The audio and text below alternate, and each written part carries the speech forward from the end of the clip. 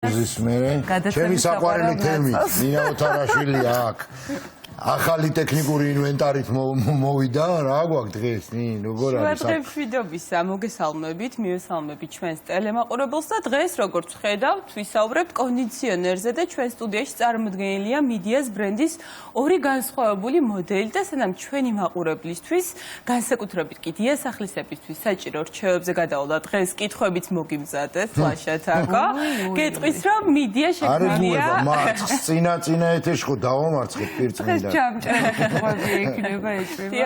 გეტყვით რომ მიდია შექმნილია ცხოვრების გაუმჯობესებისთვის და ჩამწრელ კითხვებზე დარწმუნებული ვარ რომ თქვენ ძალიან კარგად მიფასებთ.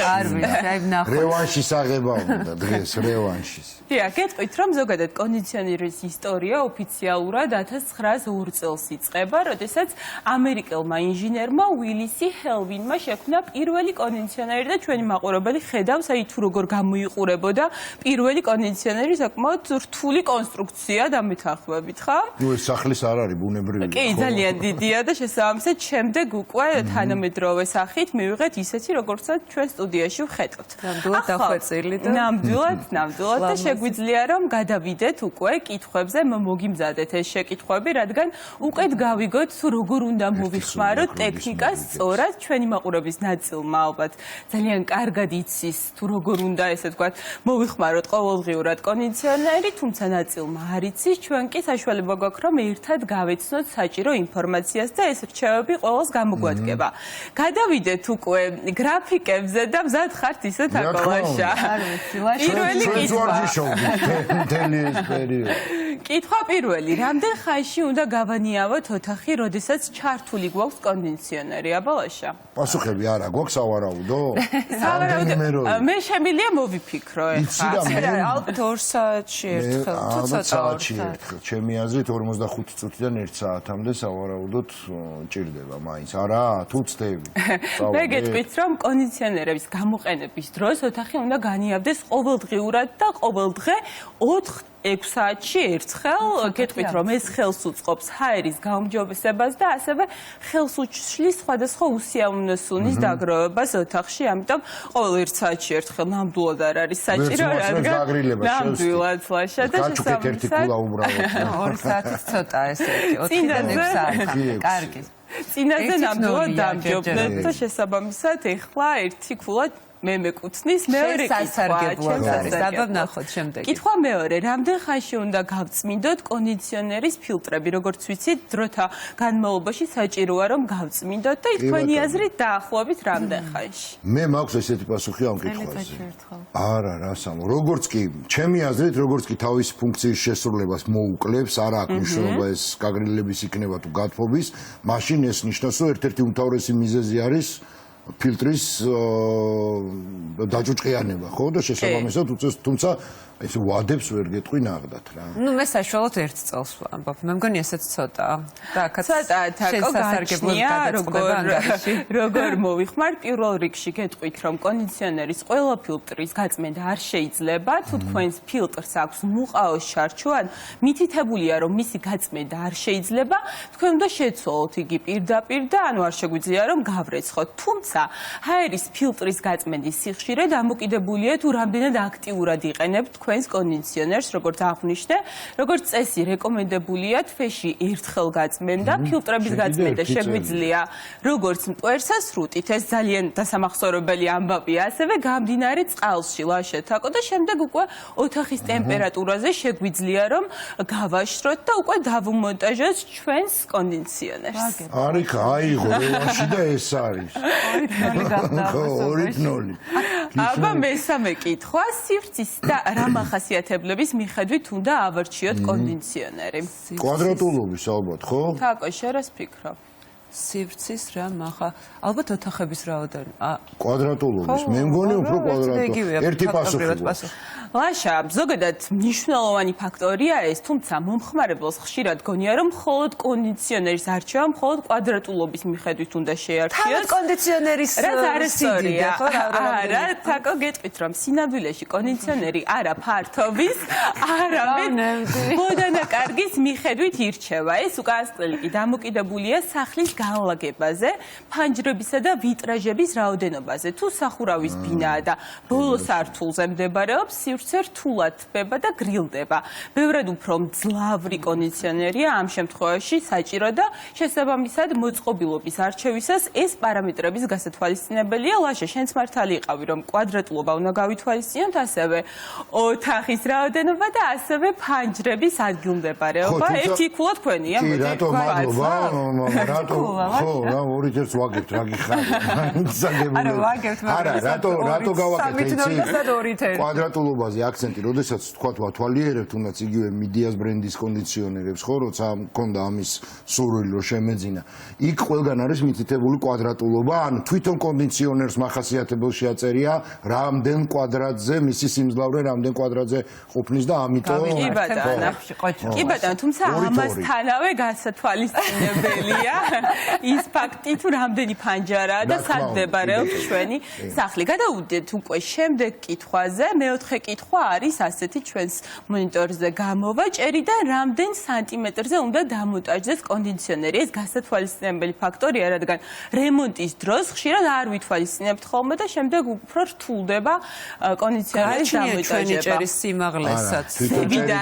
ზემოდან ქვემოთ დაშორებას 30-35 სანტიმეტრი. უფრო ნაკლები. კიდე უფრო ნაკლები? კიდე უფრო ნაკლები? ნაკლები, კი. თაკო 30 თქვი მე შენ დაუკელი და იქნება ქულა წამოვა. ეხლა ვიხსენებ ახლა დავასრულე რემონტი და პროფესორი მახსენებს. 10-15. 10. 10. არა, 5. 5. 5. ნამეტი. გავარცხავთ ერთ გავარცხავთ. 10 და 5 შორის შეგიძლია არ 7. ექსპერტები გვირჩევენ თაკო, რომ კონდიციონერი უნდა დამონტაჟდეს ჭერიდან დაახლოებით 7-8 სანტიმეტრის სიმაღლეზე და ეს უნდა გავითვალისწინოთ რემონტის დროსაც და შემდგომში რომ არ წავაწყდეთ სხვადასხვა, ეს თქვათ, უსიამოვნებას ტექნიკის თვალსაზრისით. გადავიდეთ შემდეგ კითხვაზე, როგორ უნდა მოვიქცეთ, როდესაც კონდიციონერი ოთახში ჰაერს გამოაშრობს, ეს ძალიან ბევრს აწუხებს ხოლმე და თქვენი აზრით, რა შეიძლება რომ ამ შემთხვევაში გავაკეთოთ? წყლით სავსე ჭურჭელი უნდა დავდგათ. ოჩახთაკო. სწორია? ერთ-ერთი არის. მეც ეგრე ნუ ეხლა ტექნოლოგიები იმდენად წინ წავიდა, ეგ ჩემ ბავშვობაში იყო ხოლმე, ესე განსაკუთრებით გათბობის. მგონი ეხლაც აქტუალურია. ეხლაც ეგრე. ანუ ამ შემთხვევაში ვეთანხმები გამყრელიძის დასკვნას რა. მეც გეთანხმებით და ზოგადად გეტყვით, რომ რატომ ხდება ზოგადად გამოშრობა, ეს ხდება ტენიანობის კონდენსაციის გამო. ამის მიზეზი კი კონდიციონერის მუშაობა, რამაც შეიძლება გამოიწვიოს ცხვირის ლორწოვანი გარსის გამოშრობა, ასევე ტუჩების დასკდომა და ზოგიერთ შემთხვევაში თვალების ქავილიც კი. არასაკმარისი ტენიანობის კომპენსაციისთვის შეგიძლიათ ოთახში წყლით სავსე კონტეინერი დადგათ, როგორც თაკო შენ აღნიშნე, ასევე შეგვიძლია სველი პირსახოცი ჩამოვკიდოთ, ან შხაპის მიღების შემდეგ უბრალოდ კარები ცოტა ხნით ღია დავტოვოთ და შესაბამისად ჩვენი ოთახიც დატენიანდება. ეს მგონი გამოსადეგი რჩევა, რასაც გაოფეროვანი მეთოდებიდან ერთი მაინც გავაკეთე. კი, ნამდვილად თაკო. გადავიდეთ შემდეგ კითხვაზე, როგორ გამოვიყენოთ კონდიციონერი იმისათვის, რომ სახლში სასიამოვნო არომატი გქონდეს. მე ძალიან მიყვარს ხოლმე, როდესაც სახლში ძალიან კარგი არომატია და ამ შემთხვევაში როგორ შეგვიძლია, რომ კონდიციონერი ჩავრთოთ ამ შემთხვევაში? მე ვფიქრობ, რომ არა, ისინი ხო არის სპეციალური რაღაცეები, სავარაუდოდ ალბათ არის კონდიციონერებისთვის, მანქანებში, ავტომობილებში დაახლოებით ეგეთი რაღაცა ვარიანტი, ალბათ კონდიციონერისთვისაც არის, რომ დაკიდებ და შესაბამისად ის აბრკბეს კარგ სურნელს? კი ბატონო, მართალი ხარ. კი, ყველაფერი ჯადია. არსებობს სპეციალური სუნამოები, რომლებიც სპეციალურად კონდიციონერებისთვის არის შექმნილი. შეგიძლიათ ჩასვათ კონდიციონერის ფილტრში, ეზედი ჰაერს დამატებით სურნელს გადასცემს. კონდიციონერის ფილტრში ასევე შეგიძლიათ მოათავსოთ პატარა ჩანთა, რომელსაც შიგნით სუნამოა გამხმარი მცენარეები იქნება, მაგალითად ლავანდა და ასევე შეგიძლიათ ჩვენი კონდიციონერის ნაწილებზე მოათავსოთ აი ფილტრში სხვადასხვა ეთერზეთი და ეს კიდევ უფრო მეტად შეუწყობს ხელს, რომ ესე ვთქვათ, ჩვენი კონდიციონერიდან სასიამოვნო სურნელი გამოვიდეს და ჩვენ ოთახშიც შევიგრძნოთ ეს სასიამოვნო სურნელი და ახლა უკვე დროა რომ გადავიდეთ ჩვენ სტუდიაში არსებულ კონდიციონერების განხილვაზე. მიღწევაზე. მიდიას მრავალფეროვანი არჩევანი აქვს ამ კუთხით. გეტყვით, რომ მომხმარებელს შეუძლია საკუთარი სურვილის მიხედვით შეარჩიოს მოდელი. შეგახსენებთ, რომ ჩვენთან კი წარმოდგენილია ორი განსხვავებული მოდელი და დავიწყოთ განხილვა. პირველი ეს არის მიდიას XT სერიის კონდიციონერი, რომელსაც აქვს სხვადასხვა ფერის დიზაინის ზედაპირი. აღნიშნული მოდელები წარმოდგენილია რამდენიმე ფერში, შავი, შუშის ზედაპირით, ასევე ოქროს ფერის ზედაპირით, ვერცხლის ფერის ზედაპირით და სწორედ ეს მოდელია ჩვენ სტუდიაში წარმოდგენილი და რაც ყველაზე საინტერესოა, აღნიშნულ მოდელს აქვს პანელის შეცვლის შესაძლებლობა. შეგიძლიათ მოარგოთ ვარდისფერი, მწვანე ან ლურჯი პანელები და მე შემიძლია ახლა დემონსტრაცია მოვახდინო ამ პანელების. ლაშა ან თაკა შეგიძლიათ რომ მოხვიდეთ, ძალიან მარტივად ეცვლება. ჩვენ მაყურებელს აი ესე მარტივად ეს არის. მაგნიტებზეა დამაგრებული, შეგვიძლია აბა რომელი ფერი ავარჩიოთ. აი თქვათ ავიღოთ მოდი ეს ფერი. მიდიას ფერებში. აბა დავა. და ჩვეულებრივად აი რო ვაჩვენოთ ხოთა მაგნიტები აქვს ესე გაყოლებაზე 4-ვე მხარეს და პირდაპირ მაგრდება უპრობლემოდ. და შეგიძლიათ თქვენი სახლის დიზაინის მიხედვით შეარჩიოთ და სრულიად განსხვავებულ კონდიციონერს გარდა დახვეწილი დიზაინსა და დამეთანხმებით რომ ნამდვილად დახვეწილი დიზაინია, გეტყვით რომ კონდიციონერი გამოირჩევა 180 გრადუსიანი ვერტიკალური და ჰორიზონტალური დაბერვით, რაც უზრუნველყოფს ოთახის სრულად თანაბარ გათბობას და ასევე გაგრილებას, ასევე აგვარიდებს პირდაპირი ჰაერის დაბერვას, რაც ბუნებრივია რომ კარგი ფუნქცია, რადგან ზაფხულში ხშირად ცივდებით ხოლმე. მრავალფეროვნებისთვის. ეს სტუმრები უნდა გააგიჟო ხოლმე. სტუმრები უნდა გააგიჟო ხოლმე. ერთ და იგივე სტუმრები მოდიან და სხვადასხვა ფერს რო დაახვედრენ. შესაბამისად ის იქნება, რა ქვია. აი. აურალამაზია. ეს ძალიან კარგი ფერია ნამდვილად. მე მგონი კარგი გადაწყვეტილი. მოდი ეს ფერი დავტოვოთ. დავტოვოთ? კი, დავტოვოთ. ახალი სამსახური ვიშოვე. თუ გჭირდებათ ვინმეს მუქი ესე კონდიციონერებზე რაღაცებს გადაყრა სიამოვნებით. მოგეხმარებით. მაყურებელს ვეთყვი, რომ ეს მოდელი ასევე აღჭურვილია Wi-Fi მოდულით, რისი საშუალებითაც შესაძლებელია აპლიკაციით დისტანციურად მართვა.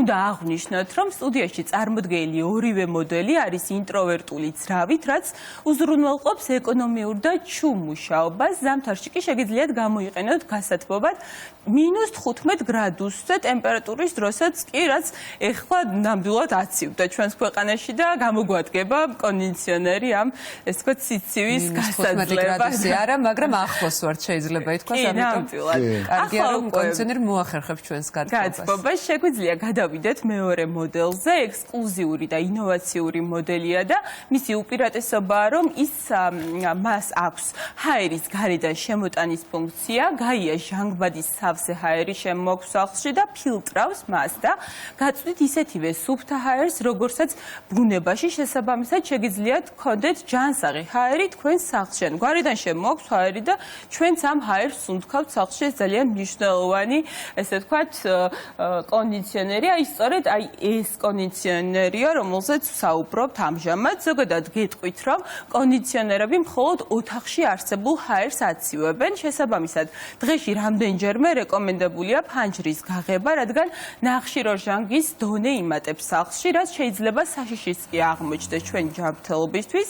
მიდიას ახალი პრემიუმ მოდელი გაია აღჭურვილია ახალი ტექნოლოგიით, რაც გვაძლევს ჰაერის ვენტილაციის საშუალებას. ასევე კონდიციონერი აღჭურვილია ბრიზლეს ფრთით, რომელსაც გააჩნია 7925 ნახრეტი.